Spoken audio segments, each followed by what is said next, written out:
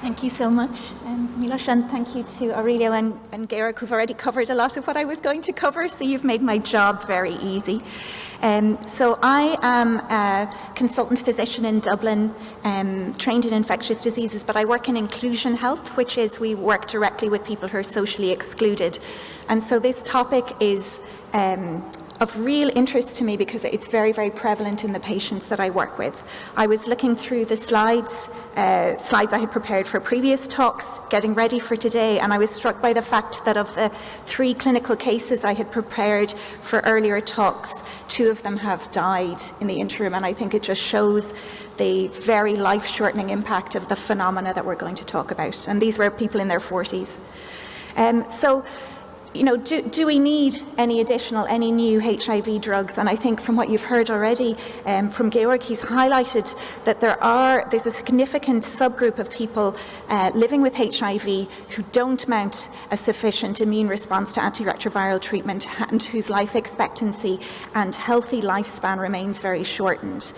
And one of the terms that's used to describe this is immune non-responders. And it's up to between 10 and 30% of people living with HIV fall into this category. That range in prevalence is because of the different risk factors between different groups. So if you have a cohort with a lot of older people who are very treatment experienced and may have been diagnosed and started on ART at later time points, you may have a much higher rate of immune non-response than you may in a group where people are diagnosed and started on ART at a younger age. But the prevalence of immune non-response in the socially excluded people that I work with is about 75 to 80%, so very, very high in certain population groups. So there's loads of definitions on immune non-response. It would be lovely and easy if there was one, but one of them, and Georg has already covered 2 of them, one of them is a persistently low CD4 count in the presence of effective ART as defined by an undetectable HIV viral load. The other key measurement is a CD4 to CD8 ratio of less than 1, and again, Georg showed the lower your CD4 to CD8 ratio is, the worse prognosis that you have.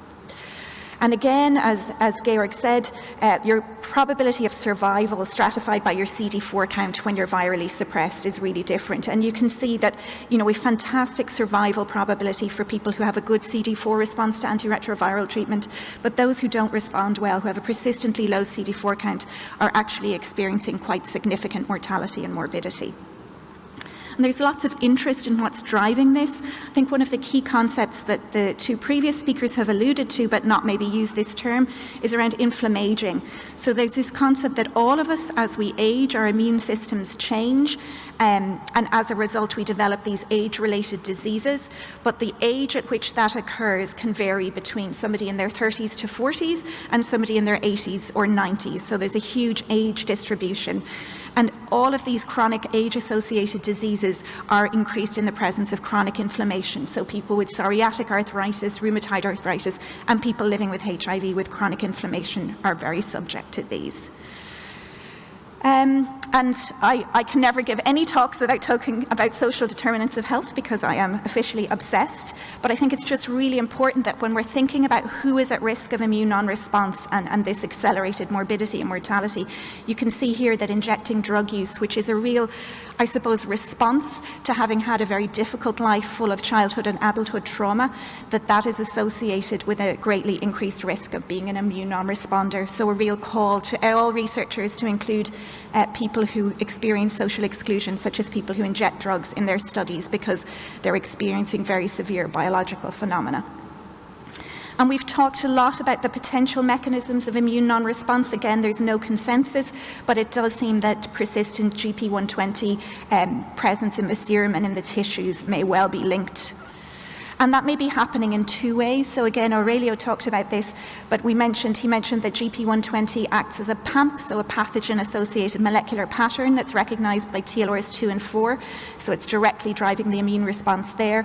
And then we also talked about GP120 leading to cell death of non-infected cells. So cell death leads to release of these damage-associated molecular patterns. And both of these, both pathogen proteins and cell damage-related proteins, lead to chronic chronic inflammation. So at least 2 mechanisms through which GP120 may be causing inflammation.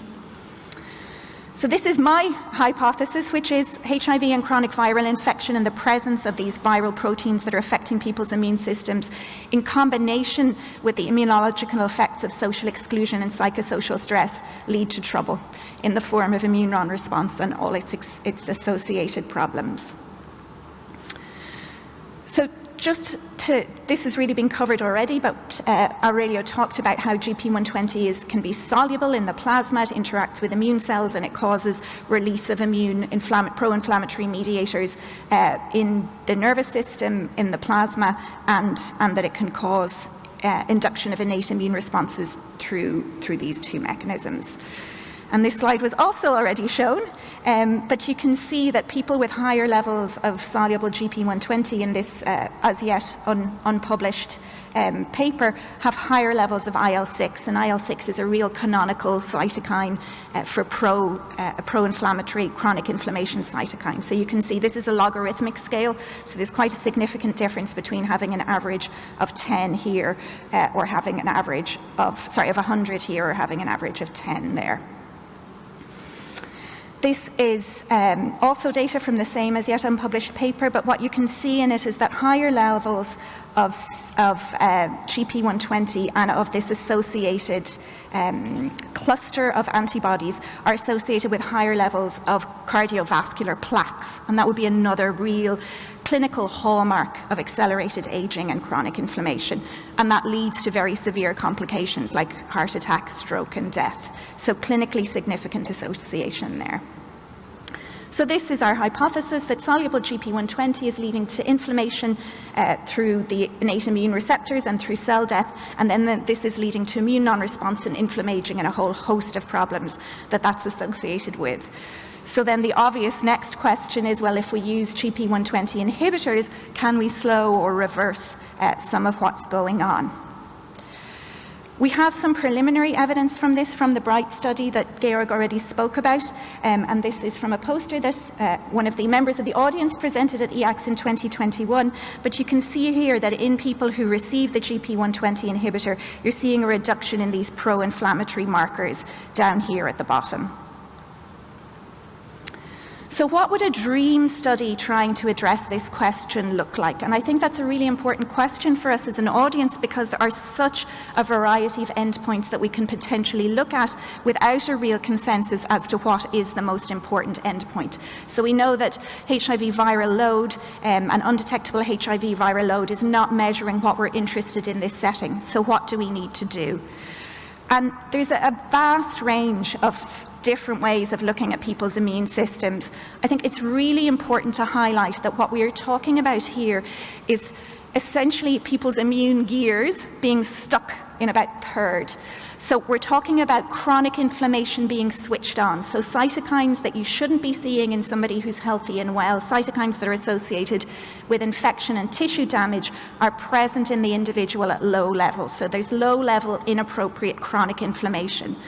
But another hallmark of this type of chronic inflammation or chronic inflammation is that you're stuck in third gear. So people who are in this state of chronic inflammation are not able to sufficiently mount an immune response when they should be revving up and being challenged, so that they may not mount an appropriate immune response to viral infection, for example. And it was really interesting to see from Georg's data the increased risk of death from COVID, for example. So you're kind of stuck with your gear in third gear.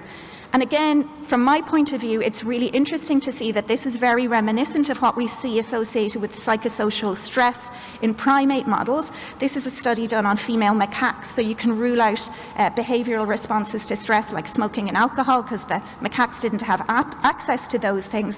But you can see in macaques who are experiencing a lot of psychosocial stress, which was experimentally induced, they had chronic inflammatory pathways switched on and effective antiviral pathways switched off. And I think that things like HPV carriage and clearance and cancers associated with that are potentially going to be impaired with this combination of chronic inflammation from GP120 and from psychosocial stress. So this is what I was trying to think of as a dream study, and maybe this is something we can discuss later. So the participants, who are we interested? We're interested in people who are immune non-responders, but it's really important that we fully capture the people who are at most risk of immune non-response, which is people living in social exclusion, older people. Diversity of race, age and gender is really important there. So we need to do better than we do with lots of studies in making sure that we have a properly representative sample. What endpoints could we think of? Well, I think the obvious ones are some of the immunological biomarkers that have been talked about before that you can measure in serum, like CRP, soluble CD14 and 163, and various aspects of the inflammatory pathways like IL-6 and IL-1 beta, which are easy enough to measure in serum. And I think also, given what Georg said about the effect of 120 on cell differentiation, it's also going to be important to do some immunophenotyping on flow cytometry of the white cell population. But I do think, given that inflammaging consists of two things. So it's that chronic inflammation is on, but that dynamic range, that ability to respond to infection or stress is impaired. It's important that we look at dynamic responses to stimulation in vitro. And Aurelio, some of your colleagues in Institut Pasteur are experts in this with the True Culture system. I don't know if you know them, but they have developed a really good method of doing in vitro immune challenges. And I would suspect what we will see associated with immune non-response is impaired antiviral immune responses, and that may be a really important marker to look at. We need to look at physiological markers of inflammaging, so things like coronary plaque with CT angio, heart rate variability, there's a wide range of those, and epigenetic age can also be used as a marker of that biological aging.